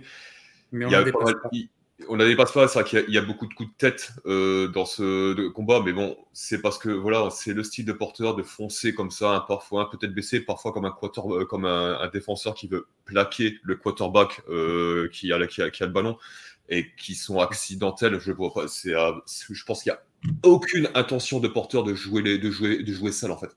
Pas une seule. C'est malheureusement une conséquence de son style. Et je pense aussi que c'est une conséquence de la volonté de non-adaptation de Berto, qui a l'impression qui ressemble à une biche prise entre les phares d'un Hummer qui lui fonce dessus et qui a pas de solution et qui en cherche pas en fait. Et je trouve que c'est particulièrement visible dans les corps à corps. À plusieurs reprises, surtout vers la fin du combat, Porter fait tourner Berto comme une ballerine. On a l'impression qu'il danse se corse avec elle. C'est à chaque fois le mec il fait 4 tours sur lui-même et il a les bras comme ça en disant je suis pas d'accord. Bah oui, mais voilà quoi. Donc non, je pense que c'est l'un des rares combats de Porter où là pour le coup il y a un triomphe absolu de son style sur celui de son adversaire, où il annihile complètement son adversaire, pas dans la volonté, pas dans cette méchanceté que tu peux retrouver chez Aerospace, par exemple. D'ailleurs, ça sera intéressant de confronter cette dimension-là quand on abordera le combat. Mais que tu peux retrouver chez Aerospace, juste, en fait, je fonce, tu veux... Et malheureusement, toi, tu ne veux pas jouer le jeu. Ça sera dommage pour ton héritage. Et voilà, c'est la boxe. Alors les amis, là on va faire une petite pause. Alors je vous dis, il me reste 40 minutes les amis pour l'enregistrement et on a des masterclass à parler. Mais erreur du capitaine, vous savez comment j'organise mes discussions Hall of Fame, le chemin que je prends, l'histoire que je vous raconte, je le fais au travers de mes illustrations, notamment avec les affiches de boxe, et j'ai oublié que dans cette année 2015 et avec le départ le commencement de PBC, et j'ai oublié que à la suite de sa défaite contre Kell Brook, il y a le combat contre Broner, combat qui arrive le 20, je m'en souviens encore, le 20 juin 2015. C'est un samedi, et c'est un samedi après-midi sur les chaînes, comme je vous dis, les chaînes nationales, un samedi après-midi, et à Las Vegas où Porter réside. Et le combat commence déjà parce que en fait, celui qui est pas serein, c'est évidemment pas Porter, mais Broner. À la pesée, il y a Mayweather qui est là. À la pesée, il ne veut pas serrer la main de Porter, qui lui tend la main, tu sais, avec un grand sourire et tout. Et finalement, Broner, dans ce combat, finalement, il va lui aussi vivre un combat âpre où il va devoir gérer la volonté de Porter, ce qui va l'empêcher de se sentir bien dans sa boxe. Mais Broner, comme Berto et comme beaucoup d'autres, est un mec qui a besoin de se sentir à l'aise, ou plutôt dans une sorte de confort pour envoyer ses combos, resetter, envoyer ses combos. Et ça, Porter l'en empêche totalement. Et finalement, Broner, qui est quand même un excellent boxeur, arrivera à trouver une solution, mais bien trop tard, en envoyant Porter sur les fesses. Alors, on sait que Porter n'est pas dans les vapes. Il est sur les fesses. Mais ça insigne déjà, comme le disait Antoine, qu'en 2015, peut-être déjà, quand tu étais un bon puncher et que après 12 rounds, tu pouvais peut-être commencer à faire mal à Porter alors que tu n'aurais jamais fait mal 3 ans auparavant. Voilà, combat qui ne restera pas dans l'histoire, mais grande victoire de Porter a pour lui de prendre le scalp d'une star de l'époque. Antoine, on va vite sur Broner. Broner, à cette époque-là, se remet de sa défaite contre Maidana, qui a un peu surpris tout le monde, et lui le premier. Et alors c'est un combat entre deux enfants de l'Ohio, c'est rigolo, il y a un peu de trash talk. C'est Broner, le A-side, c'est lui qui touchera plus d'argent, alors que Porter peut assez légitimement estimer que c'est pas mérité. Mais Porter, lui, il sera moins dans le trash talk que dans je vais te montrer, mon pépère, comment ça va se passer.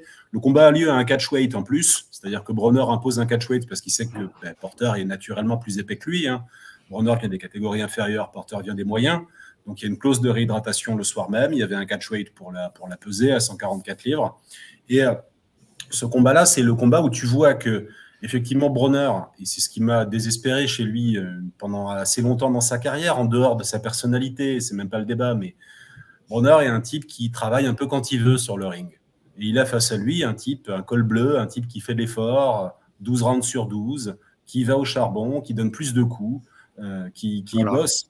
Et Broner, lui, il bosse moins sur le ring. Il n'y a pas à tortiller, il travaille moins. Donc, de temps en temps, il place son crochet gauche, en particulier celui qui mettra Porter sur les fesses, bien sûr, mais ça suffit pas. Ça ne suffit pas pour semer le doute dans la tête de n'importe qui voit le combat, et ce sera le cas plusieurs fois dans la carrière de Broner. Il osera prétendre qu'il a gagné le combat contre Pacquiao alors qu'il ne foutra rien du tout pendant 12 rounds. Et là, c'est un combat où il perd. Et effectivement, il y a cette alerte pour Porter. Tu sens que c'est d'ailleurs un très joli crochet gauche en première intention qui est donné. Les deux sont un peu... C'est un moment où ils sont à mi-distance, où il n'y en a pas un qui bouge. D'habitude, c'est Porter qui prend l'initiative. Et là, Broner le sèche d'un parfait crochet gauche à la pointe du menton. Et Porter montre aussi d'ailleurs c'est la première fois de sa carrière qu'il va au tapis. Il montre qu'il a quand même une certaine faculté de récupération, parce qu'il a l'esprit clair. Quand il remonte sur ses pieds, il a l'esprit clair. Et il repart tout de suite à la bagarre. Ça préfigure... Je ne spoile pas, mais ça préfigure certains choix qu'il fera de retourner à la guerre après être allé au tapis, qui lui seront cette fois moins favorables un peu plus tard dans sa carrière. Ouais. On passe vite. Là, j'avais fait une erreur, j'avais fait un oubli. Guillaume, si tu veux réagir, mais on a encore beaucoup à faire. Non, juste vite fait. Moi, c'est vrai que il me fait penser un peu au combat avec Berthaud. En fait, on a l'impression que Bronner est pas intéressé, enfin, a pas vraiment envie, en fait, de jouer plus ce jeu que ça. J'ai eu l'impression qu'il avait plus tendance à faire de l'anti-box, en fait, à s'accrocher beaucoup, en fait, sur Porter.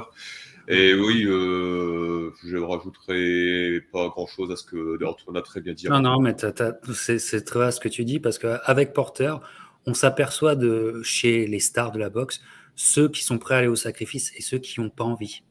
Et là c'est criant de vérité. Et donc, on revient à la sortie de cette année 2017, je remets encore contre Berthaud, grande année pour Porter.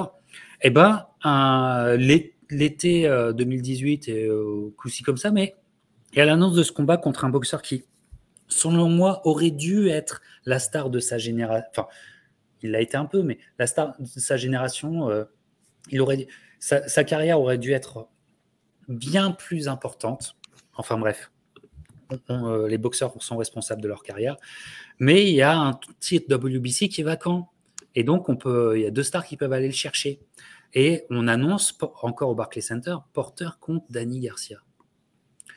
Et encore une fois, Porter contre Danny Garcia, et Danny Garcia qui est un excellent boxeur selon moi, mais qui est encore un peu l'image de cette génération et d'une génération qui voulait boxer, mais selon leur envie.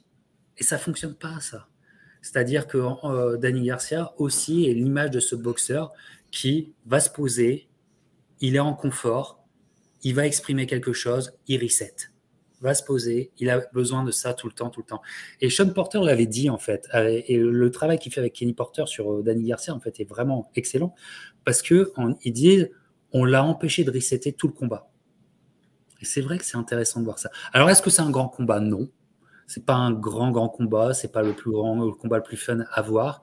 Combat intéressant, mais un combat, encore une fois, où un col bleu, comme tu le dis, Antoine, va dominer un boxeur qui est certainement meilleur que lui, mais qui, en aucun cas, n'a la victoire ce soir-là. La victoire revient à Porter, Antoine. La victoire revient à Porter. Les cartes sont plutôt serrées, mais unanimes.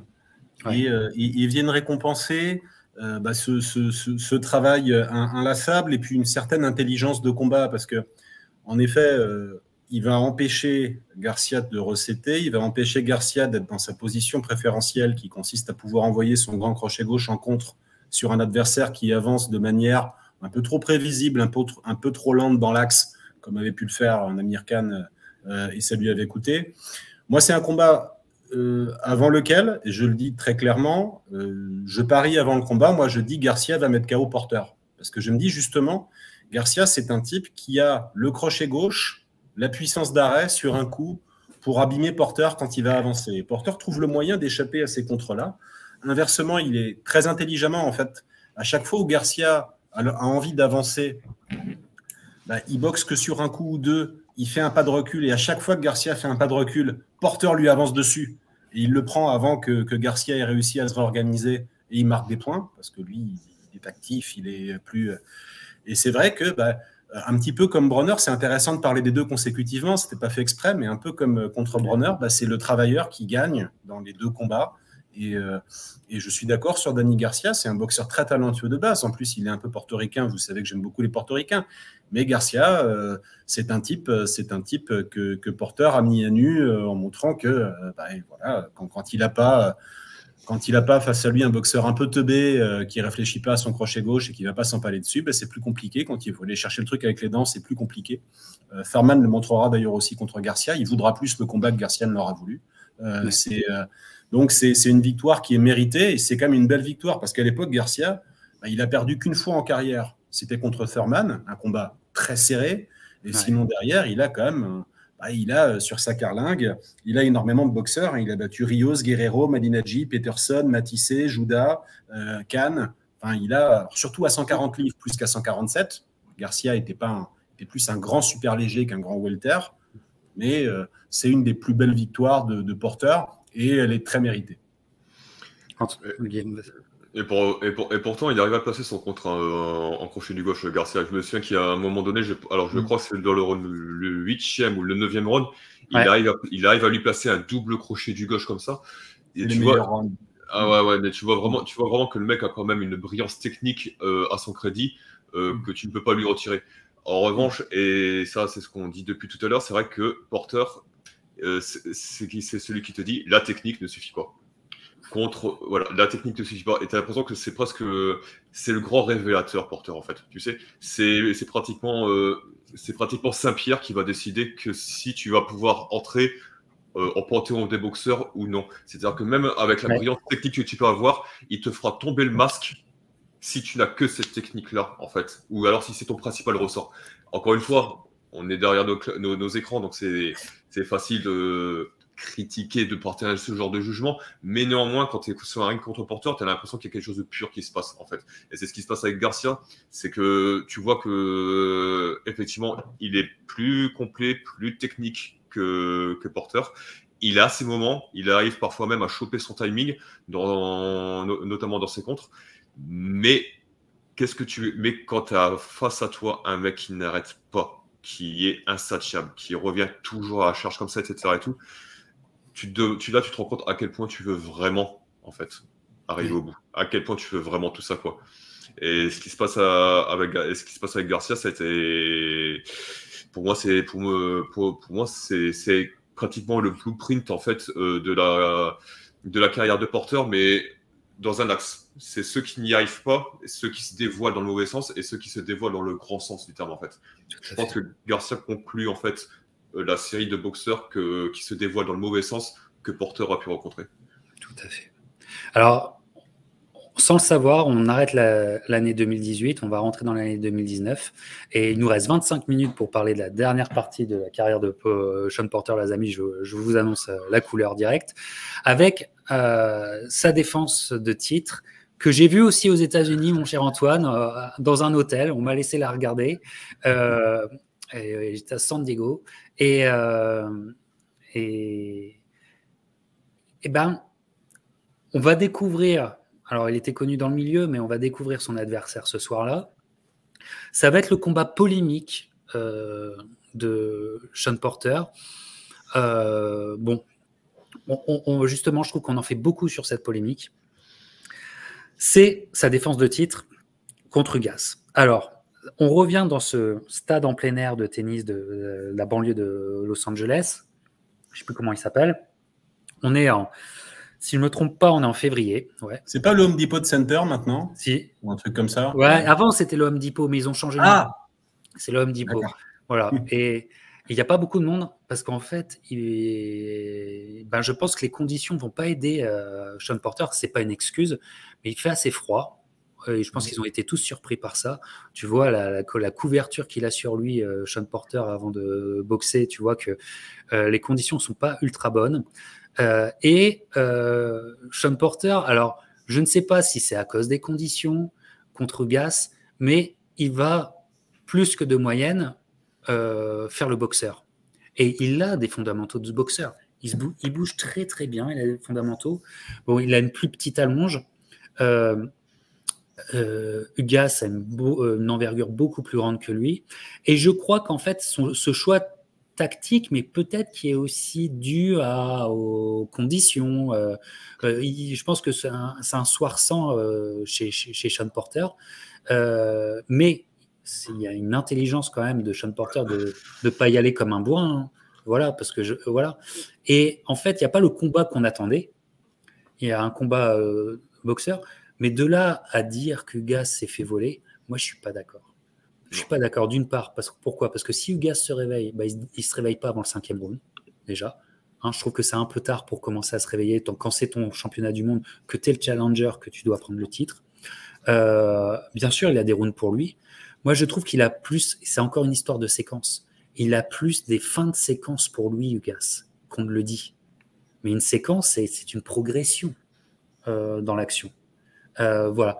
Je trouve que c'est un combat qui, en l'ayant vu plusieurs fois, qui effectivement est serré, qui effectivement est un combat laborieux de la part de Porter, ça c'est clair. Je pense qu'il n'y a pas de knockdown du tout là quand en 11e round là, ou 11e ou 12e, il tombe. Je crois qu'il glisse vraiment, c'est pas du tout un knockdown. Et finalement, oui, Ugas est sur lui, mais il y a, comment dire, après il y a pas une vélocité, il n'y a pas comment dire, une activité de ouf d'Ugas qui vient asphyxier Porter. On est loin de ça. Et Ugas fait encore un peu trop le contreur pour aller chercher le titre. Enfin bref, combat compliqué qui va un petit peu mettre un question mark sur Sean Porter. Mais je crois que la réponse, je crois que c'était un soir sans, que les conditions sont pas bonnes et que il fallait sauver le titre. Et je crois que Sean Porter joue la décision. Et ça, c'est peut-être un peu regrettable, mais comment dire, je ne sais pas s'il le gagne, mais en tout cas, il ne le perd pas. Qu'en pensez-vous? On commence peut-être avec toi, Guillaume. En fait, ce combat-là, Porter a connu un weight cut très très difficile. Je suis tombé sur une vidéo tout à l'heure où tu le vois sur la pesée. Ils sont obligés de lui raser les cheveux, de lui couper les cheveux pour qu'il puisse faire le poids. Donc, je pense qu'il n'a pas su se réhydrater correctement, ou alors son corps n'avait pas pu récupérer comme il a l'habitude de récupérer pour être au niveau de forme qu'il a l'habitude, et surtout pour tenir le rythme de Sean Porter qu'on a l'habitude de voir. Donc effectivement, là, on est sur un Porter différent, plus calculateur, qui s'économise, qui choisit ses moments, on a l'impression aussi qu'il regarde un peu l'horloge dans sa tête. Ouais. Ça, c'est vrai. Si c'est parce que voilà, son corps, c'est tout, son corps est affaibli. 12 rounds, c'est très long. Ça peut être très long, je pense, quand tu es dans cet état physique-là. Mais comme tu le dis, je pense pas que ça soit une défaite déshonorante pour lui, parce que effectivement, il calcule, il s'économise, mais pour autant, on n'a jamais l'impression qu'il donne l'avantage à Urgas, ou alors qu'il bat en race campagne. Il reste toujours droit dans ses bottes. C'est pas son combat le plus glorieux, mais effectivement, je pense pas que ça entache du tout son palmarès, et c'est essentiellement dû aux circonstances. Antoine, on va vite là-dessus. Il a perdu des combats serrés, Porter. Donc là, il en gagne un qui est serré aussi. Ce qui est assez marrant, c'est que vraiment, selon la façon dont tu juges, tu peux arriver à des cartes très différentes, et c'est symptomatique. Hein, c'est une split decision avec un juge qui donne 117-111 à Ugas et deux juges qui donnent 115-113 et 116-112 à Porter. Donc ça va un peu dans tous les sens. C'est ça qui est perturbant. En même temps, tu peux comprendre les partis pris de scoring. Le problème qu'a Ugas, c'est qu'il n'arrive pas. C'est un boxeur qui reste toujours un peu sur un rythme. Enfin, c'est pas quelqu'un qui place des accélérations quand il faut les placer, qui va mettre son adversaire sous l'eau. C'est quelqu'un qui boxe beaucoup sur un tempo assez constant, etc. Et ça l'empêche d'arracher tous les rounds qu'il aurait dû prendre, en fait. Donc, si tu me demandes de pointer, je ne sais même plus comment j'ai pointé ce combat. Je pense que je le donnais à Ugas, mais je vois très bien pourquoi il ne gagne pas. Et donc, ce n'est pas très dérangeant. Ce qui est sûr, c'est que l'histoire pour Ugas, rétrospectivement, n'est pas si désagréable, parce que tu sais qu'il a eu son moment de gloire en battant Pacquiao. Et donc, c'est pas un énorme cocu de l'histoire. C'est un boxeur qui va avoir du bol, justement, d'affronter Pacquiao derrière et de pouvoir s'imposer. Les circonstances auront été favorables. Donc, pour ça, c'est objectivement, personne n'est complètement cocu dans cette histoire-là, ni Ugas, ni Porter. Et surtout, là, je ne spoilerai pas la suite, mais ça nous donne le fait que Porter gagne ce combat-là est important, parce qu'il nous donne un combat après. Voilà, parce qu'il garde le titre, c'est très important, et on va commencer une réunification de titre qui va se finir à la fin du mois. Finalement, à la fin du mois, on a une réunification complète du titre, mais qui commence là. Et Spence, de son côté, parce que contre Ugas, on est à 7 jours de Spence contre Mickey Garcia. Voilà, il y a 7 jours d'écart, il y a une semaine d'écart, et ensuite en septembre arrive. Alors, les affiches PBC sont jamais très très belles, mais celle-là elle est belle. Regardez, Spence contre Porter, on est à Los Angeles, on est en septembre, le 28 septembre, et on est sur un combat qu'on espérait, vu les forces en présence, et que finalement on va avoir. C'est-à-dire que ce combat va être exceptionnel de volonté. Et Sean Porter dira, concernant ce combat, mais c'est une phrase qui implique le combat qui est arrivé en fin de semaine, de mois de cet été, c'est que Errol Spence était prêt à gagner à mon jeu, à ma façon. Et effectivement, Sean Porter, c'est l'envie qui parle, mais Spence est là. Et dans ce combat toe-to-toe, on est sur un combat hyper serré, d'une immense qualité pugilistique, dans des genres de combats qu'on n'avait plus l'habitude de voir, tu vois. C'est-à-dire vraiment la guerre de tranchées, quoi. La guerre de tranchées. On n'a pas tant l'habitude de voir ça, avec des mecs qui ont un pédigré technique bien plus ample que ça. Mais enfin, il fallait beaucoup de technicité pour avoir. Moi, ce qui m'impressionne, c'est l'accuracy des deux, et notamment de Spence, dans un combat au corps à corps, au toe-to-toe. Quelle accuracy! Combat à voir dans toute école de boxe, parce que ça vous dit à quel niveau il faut être de sacrifice pour y aller. Mais ils sont bien. En même temps, les deux sont bien. Les deux sont dans leur élément, ils sont bien physiquement, tu vois que voilà. Et il va avoir ce crochet court, boum, du 11e round, qui vient faire la bascule. C'est-à-dire que sans ça, je crois qu'on a un match nul. Mais avec ça, on a une victoire de Spence. Allez, Guillaume, ça c'est un combat que tu adores. Vas-y, let's go. Ouais, complètement. En fait, c'est ce que tu disais quelque chose de très juste tout à l'heure quand tu disais que Porter, c'était une volonté. C'est une volonté sans méchanceté, avec l'intention de détruire, mais détruire pour y arriver, pas pour faire mal à l'autre. Spence, c'est la même chose, mais avec la méchanceté, en fait. C'est un mec méchant, Porter l'a dit lui-même. Spence, c'est quelqu'un qui aime bien être le tyran dans le ring, qui aime bien que les choses se passent à sa manière, dicter le rythme, etc. Et tout. Et du coup, tu as l'impression de voir deux forces à la fois antagonistes dans ce combat. C'est pratiquement le côté obscur de la force du ring, je parle seulement du ring avec Spence, et le côté lumineux. Et effectivement, tu as toujours l'impression que t'as l'impression que chacun passe au-dessus de l'autre, puis repasse en dessous, puis repasse en dessous, puis repasse en dessous pendant 12 secondes. C'est absolument... C'est haletant. Je veux dire,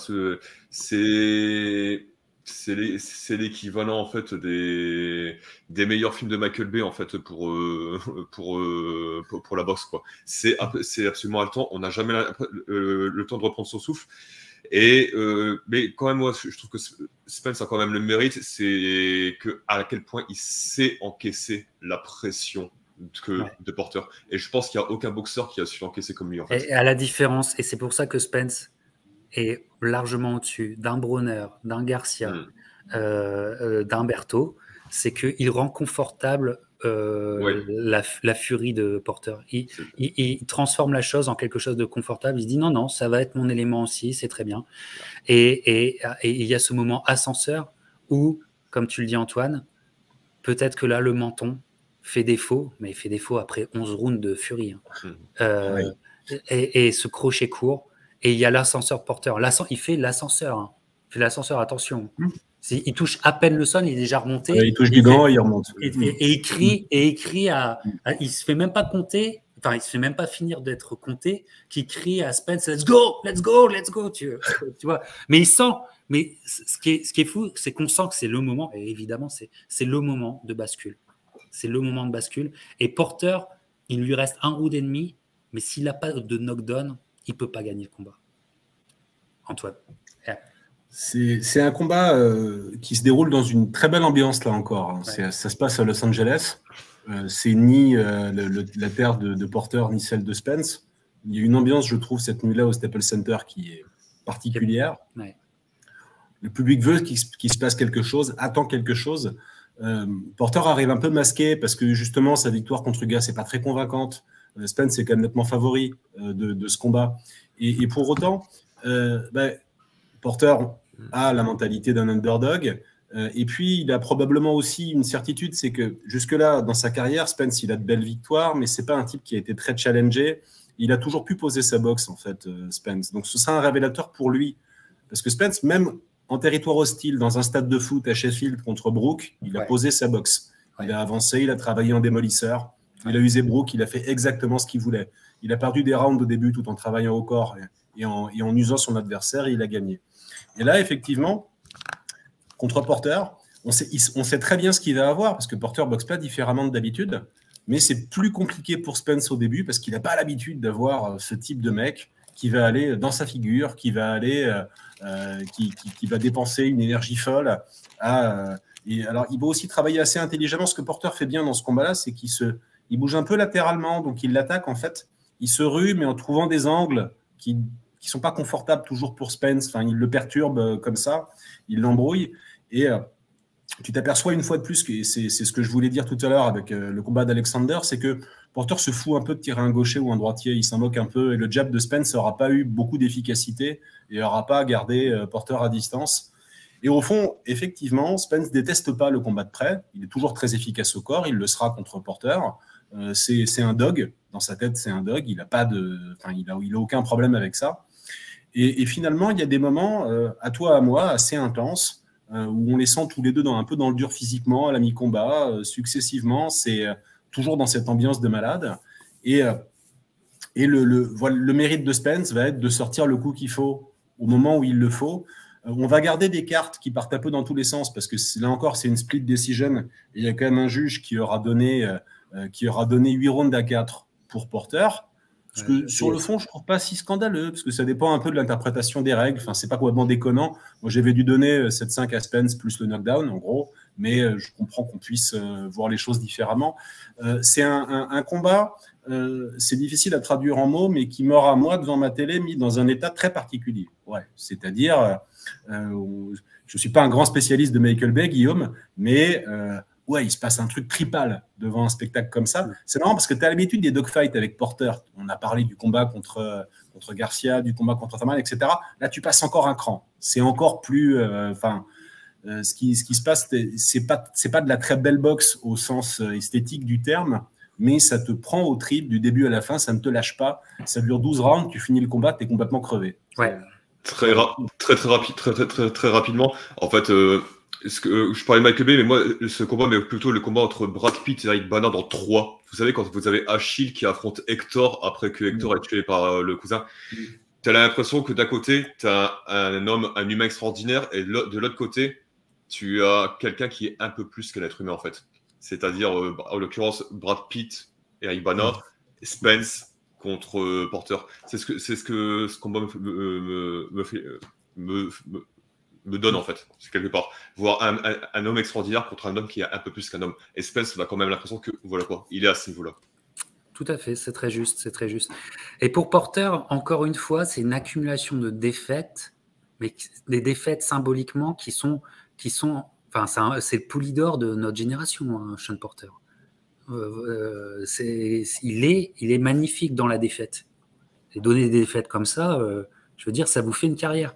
Et donc, finalement, arrive, et donc, bon, il va arriver avec Covid et tout ça, mais arrive en fait à un autre combat, et ça, il nous reste 10 minutes, mais pour parler de quelque chose de très fort, c'est que Sean Porter aura, la différence de beaucoup de sa génération, à part les Spence, à part les Crawford et tout ça, aura eu la volonté de marquer sa génération.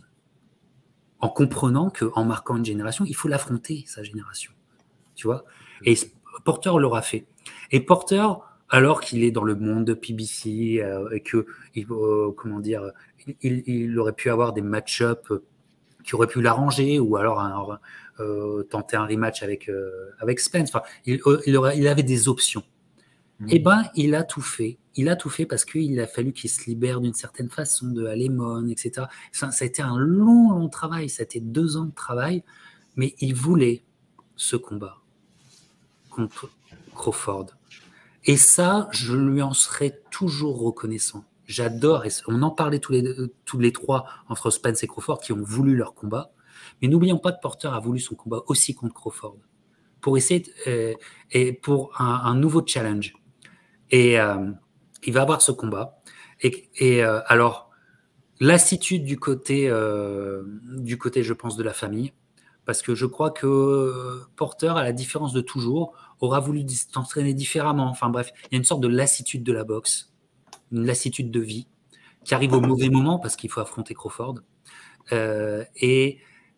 Finalement, dans un combat où... Mais il était préparé, malgré ce qu'il dit, malgré ce qu'il dit, eh ben, ce qu'il dira, c'est que Spence était prêt à le battre à son jeu, mais Crawford était prêt à gagner au propre jeu de Crawford. Et c'est vrai. Et c'est vrai. Mais dans un combat où Porter, à la différence de beaucoup d'adversaires de Crawford, il est là. Il est là. Il lui donne encore un combat. On oublie ça. Les premiers rounds, il est là et tout. Il lui donne de la belle boxe. Et regardez comment il est un très bon boxeur aussi, et Porter. Mais sauf que il y a un truc qu'il ne faut pas faire avec Crawford, c'est dire, je crois que ça l'appelle du 10e round.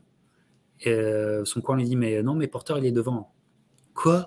Et là, c'est incroyable cette séquence. Il fait quoi? Il est devant? Il est devant? Ah non, non, non. Et il fait comme ça. Non, non, il n'est pas devant. Hop, il se lève et il règle le problème en un round. Il règle le problème en un round. Ça, c'est très fort. Ça, c'est extraordinaire. C'est une séquence de boxe qu'on va réévaluer au fil du temps pour les historiens de boxe. Et arrive une défaite dure pour Porter.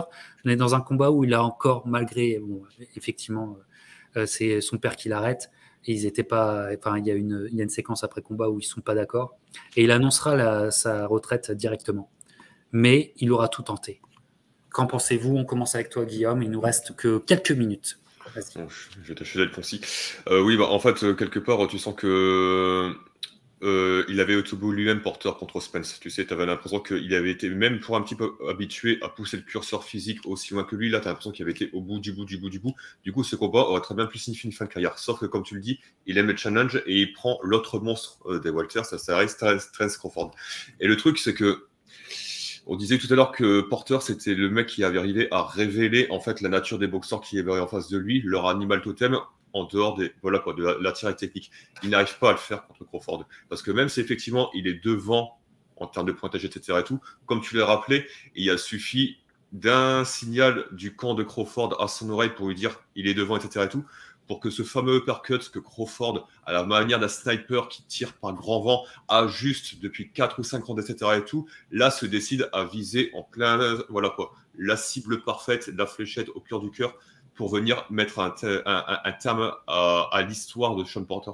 Et là, je trouve ce moment qui est déchirant, c'est quand vous avez Porter qui claque le ring comme ça, en disant « Merde, putain, il m'a eu ». Oui, il l'a eu. Et c'est la première fois que Porter, dans toute sa carrière, ne fera pas preuve, de cette abnégation légendaire qui est la sienne devant la défaite. Là, on sent que la frustration est trop grande. Et du coup, je pense que voilà, ça doit être horrible de se faire arrêter comme ça, surtout par décision de son père et tout. Mais je pense que ça a été c'est une glorieuse fin. C'est une glorieuse fin pour Sean Porter que ce combat, parce qu'il n'a pas démérité, il était devant. Mais ça nous donne aussi un indice de l'animal qu'il y a eu en face de lui, Crawford, qui n'a jamais été mis à nu, en fait. Antoine. Oui, on voit, la physionomie du combat est particulière. Alors, je crois que pour être exact, c'est quand même Crawford qui est devant au point à ce moment-là, mais pas de beaucoup. Ça se joue à l'épaisseur du trait. Et le scénario du combat, c'est que les rounds impairs au début vont plutôt à Porter, qui est l'agresseur, et puis les rounds pairs, Crawford réplique, s'ajuste, contre. Alors Crawford est assez intelligent en début de combat, et ça montre aussi qu'il a du respect pour Porter, c'est-à-dire qu'il a une garde plus hermétique que d'habitude en fait. Ouais. Il fait attention à garder les mains bien comme ça, il veut garder son énergie, il veut pas se laisser. Il veut garder ce qui fait sa force, c'est-à-dire la faculté à neutraliser son adversaire à la fin. Lui, il garde sa puissance quand les autres l'ont perdu. Et pendant passer la mi-combat, on le voit assez nettement dans des séquences où Porter se rush sur lui, fait un petit pas et se rush sur lui, non pas sur son bras arrière, mais sur sa droite. Il lui met son jab de gaucher, puis il enchaîne directement plusieurs fois sur une gauche au corps, une gauche au corps, une gauche au corps. Et en fait, le moment crucial, c'est quand en fait, il lui met le jab, quand Porter avance, il lui met le jab et il lui met pas la gauche au corps, il lui met la gauche au menton. En fait, il redresse, il lui met l'uppercut et il le touche nettement. Et effectivement, alors l'histoire dira pas, l'histoire ne nous dit pas encore si le coup de Crawford était complètement fatal et aurait fracassé n'importe qui, ou si justement, compte tenu de sa carrière, Porter n'était pas arrivé au bout de son capital menton, tout simplement. Parce que quand on récapitule toutes les guerres qu'il a traversées, il en a pris il en a pris plein. À boxer tête en avant, il en a pris énormément. Et donc, on aura un début de réponse fin juillet sur est-ce que ça marche sur tout le monde, auquel cas il faut saluer Crawford parce que franchement c'est un modèle d'arme de destruction, ou alors s'il arrive à faire ça à Spence, la question ne se posera même plus. Inversement, on verra en gros comment ça va se passer. Spence prendra des coups, on l'a dit quand on a des discussions particulières tous les trois, parce que Spence n'est pas un wizard, c'est pas un defensive wizard, il prend des coups dans un combat, donc il va la prendre. Ce sera intéressant de savoir ce qui était dû au menton ébréché de Porter et ce qui est dû à la précision et la puissance de Crawford en fin de combat. Toujours est-il que c'est un modèle, c'est un combat qui est un peu moins excitant que le combat contre Spence, un peu plus tactique, mais c'est aussi lié à la nature de Crawford. On sent quelque part qu'il étudie sa proie, qu'il tient sa proie, etc.